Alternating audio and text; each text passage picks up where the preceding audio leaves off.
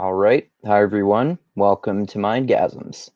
So, I am Andrew, aka Responsible Mindgasms, for the purposes of this video, and I'm going to continue my series on the infamous slash famous, internet famous clinical psychologist Jordan Peterson's book, Beyond Order, and I'm going to talk about Rule 4. Of course, this is his sequel to 12 Rules for Life. I guess 12 rules weren't enough, so he needed to make 12 more rules. And this rule is, I didn't have room for all of it on here, but verbatim, the rule is, notice that opportunity lurks where responsibility is advocated. Or if I can do that in my Jordan Peterson voice, postmodern neo-Marxists, notice that opportunity lurks where responsibility is abdicated.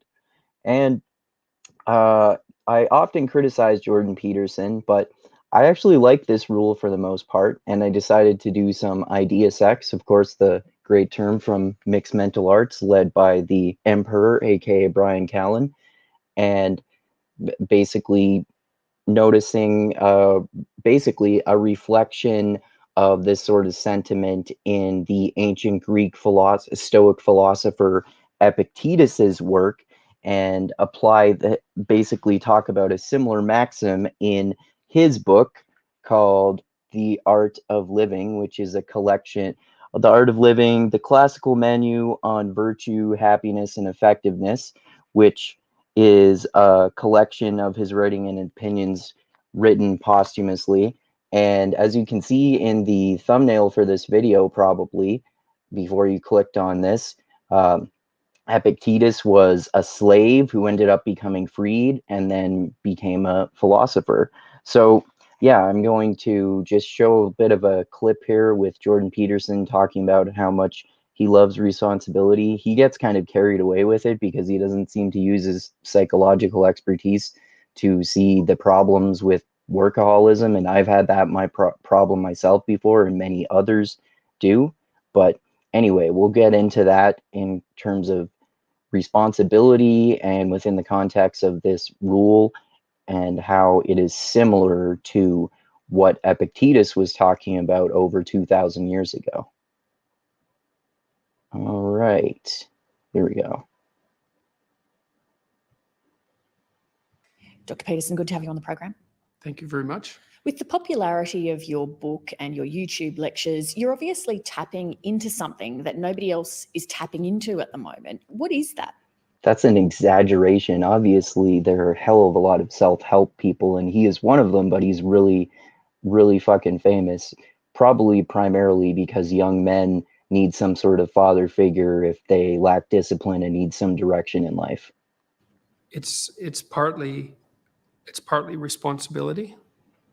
I don't Partly. think that people have talked to He loves responsibility, as a huge hard-on for it. People about responsibility in any real sense, not and being on their side at the same time for like 50 years. Okay, that's, as he often does, a massive fucking exaggeration. No one basically talked to them about responsibility on their side and favorably for the past 50 years. Tons and tons and tons of self-help experts have been talking about that, about the importance of taking responsibility long before anyone knew who Jordan Peterson was. And, you know, a lot of right-wing people tend to have that ideology more than left-wing people too, but just not even in terms of politics, just self-help people tend to use that and responsibility as being important for encouraging people to do better in their lives. And that's just too long, because most people find the meaning in their life through responsibility. Isn't it fair to say, though, that some people... I think that's an exaggeration too. Most people find the meaning in their lives through responsibility. You could say that, but I think that it's maybe more like you find meaning in your life through whatever passion you pursue. And you could look at that as responsibility by taking the responsibility and the discipline to work hard and pursue your passion as much as possible. But that's not necessarily responsibility specifically, because you can obviously be responsible without it having anything to do with your passion in life. And you could spend your whole life hating your life from being responsible, working 3 shitty jobs to make ends meet rather, and support your family and all that shit, and do things for your family, and just things that need to be done, and that won't give you any greater meaning in life necessarily. But if you're talking about responsibility and discipline in terms of pursuing your passion in life, and allowing it to attempting to use that to make you a better person, that's how you could say that favorably, I would say. People, through no fault of their own, have tough lives, and that no matter how much personal responsibility they take, that won't change. So, for example, you and Yes. I, we've had a lot of good fortune Yeah, that's a very good point. in our lives. We've been born to, reasonably affluent, peaceful countries. I have a job that I have worked hard at, but I've had lots of luck. You have written a book and done a series of lectures that have become embraced around the world. Some people don't get lucky breaks. That's for sure. Mhm. Some people just die, and horribly. Yeah. Life's rough, no doubt about it. And if good luck comes your way, then you should be grateful for it. And if happiness manages to manifest itself, you should be grateful for that too. But how do you give a personal responsibility message while Yeah, that's he's kind of going to the a completely extreme example. Yeah, some people aren't lucky to some people die horrible deaths. I think he's just saying that, yeah, bad things happen and not everyone has lucky and good circumstances happening to them. But then he doesn't really answer the question, though that's why she basically repeats that as the follow-up question. taking account that for some people it's harder to take personal responsibility and the deck is stacked against them? Well, I think the deck is stacked against everyone to some degree because life is very difficult and we all die. So, but some people do have it harder than others. And all of us have it very hard at some times in our lives. It's like, well, what's the alternative? You take responsibility for that and try to struggle uphill, because the alternative makes everything worse. It's not like it's fair.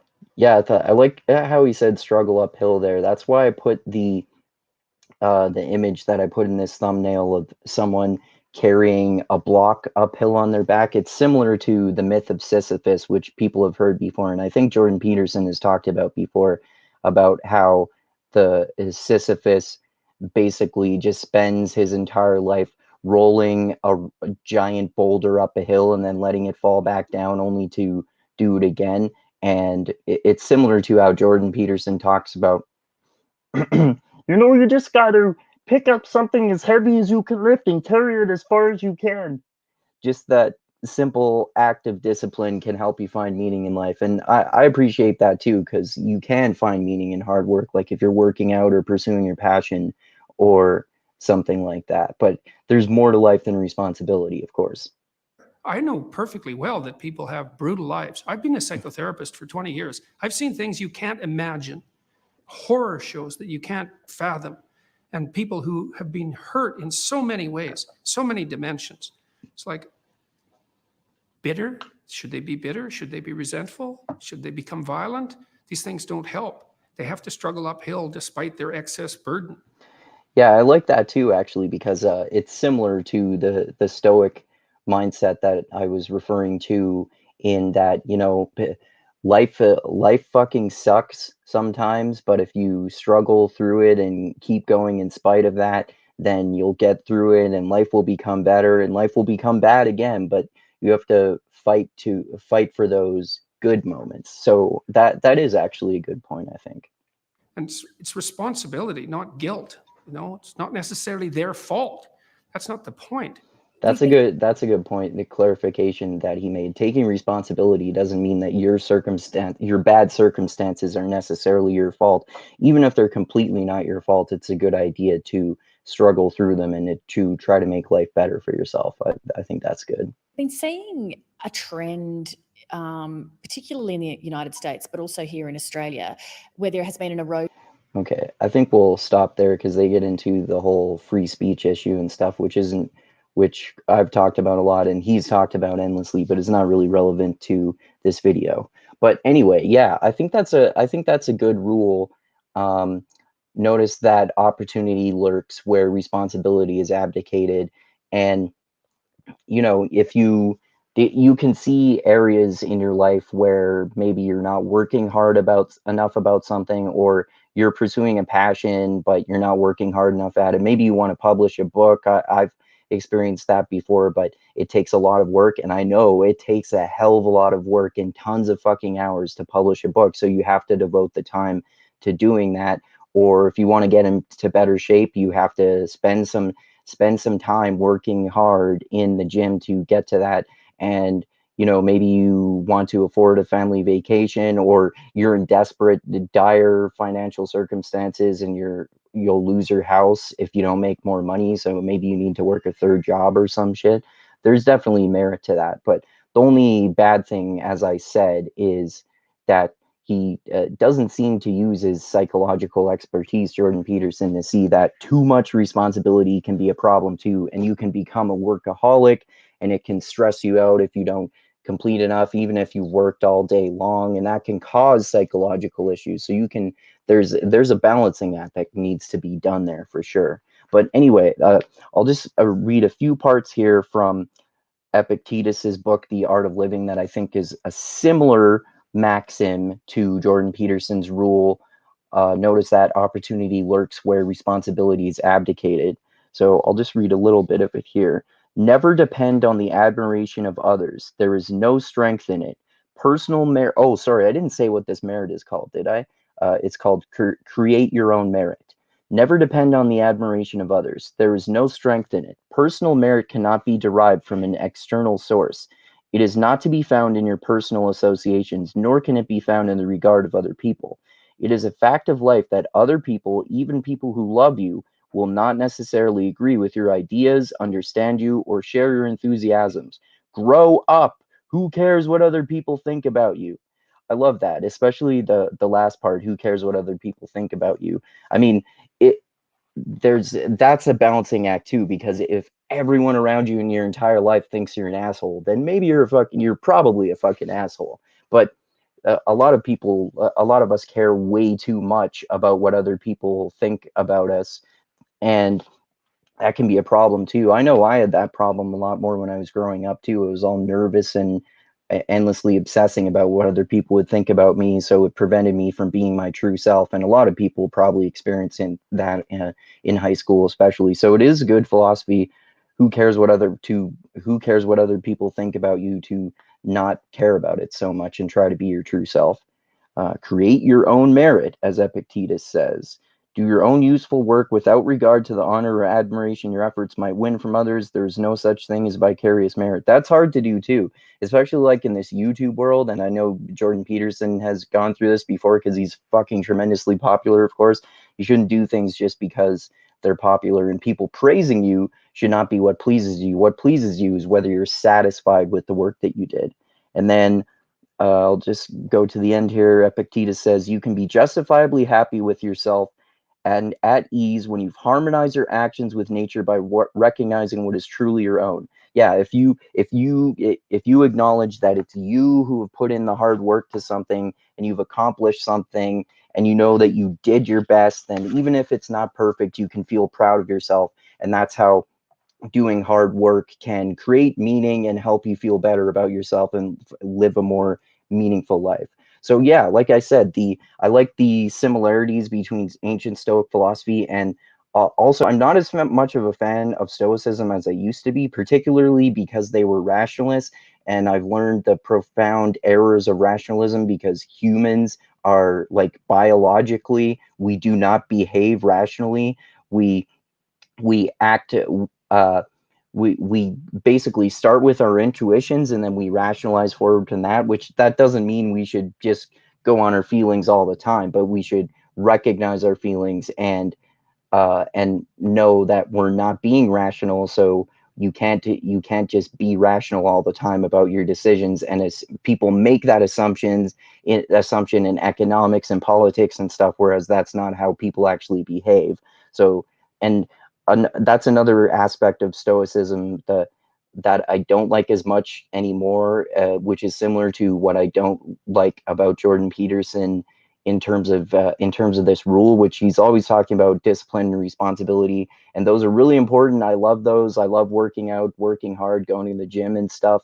But criticism of both Epictetus and Jordan Peterson is that if you obsess over working too hard and discipline and responsibility, then it can actually cause psychological issues and cause you to lose your sense of meaning in life and be all depressed and stressed out all the time because you've worked too hard. So it's important to work hard, pursue your goals, and recognize work that you've hard work that you've done if you're satisfied with the effort that you put into it for creating something that you, or just the end result of any hard work that you did. But you shouldn't just be obsessing about that all day and then working hard after you finish some hard work without appreciating what you've done. That's the important part, appreciating what you've accomplished. So, like I said, it's a balancing act. Responsibility and discipline are good, but don't become a fucking workaholic. And he doesn't add that caveat. So that's my little nitpicky criticism. But overall, like I said, I actually do like this rule. I bet those of you who watch this who are always complaining about me trashing him thought that I would find some reason to dislike this rule too, eh? Well, no, I like this one for the most part. I just have a minor criticism. All right, so yeah, thanks everyone for watching this. Look forward to my next video on Rule 5 of Beyond Order. Check out my last video, which was surprisingly tremendously popular, I guess, because it's like conspiratorial sounding about Hunter Biden's laptop and Ukraine corruption and a possible connection to Jeffrey Epstein, which I clarify in the description is both findings and speculation.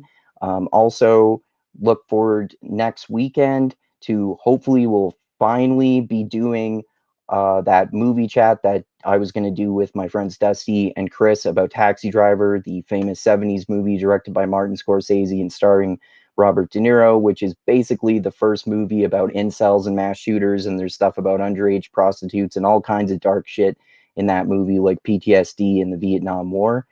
And yeah, so thanks everyone for watching. Click that like button, subscribe to the channel, click that bell to be notified when I come out with new videos.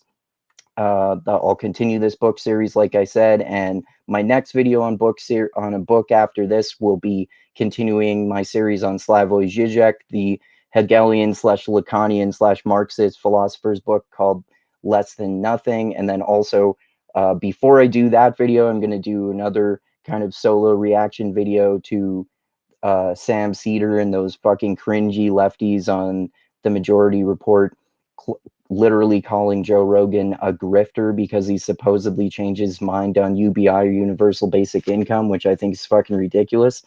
But anyway, yeah, do all that stuff, like and subscribe, share this everywhere. Check out my Patreon page. The link is in the description of the video. As always, $1, $10, $5, $20, $100, $1,000 a month. Any amount you want to give is greatly appreciated. And like I always say, I love you all. Keep being the tiny beam of light that shines through the almost impenetrable darkness in the universe. And most importantly, always remember this: the funk cures all, and groove is in the heart. And notice that opportunity lurks where responsibility has been abdicated. Create your own merit, but don't get too much of a hard on with workaholism to the point that it destroys your life. Work hard, but not too hard, and appreciate your accomplishments and appreciate the result of your hard work. All right, I've said enough. Thanks again, everyone, and adios until next time.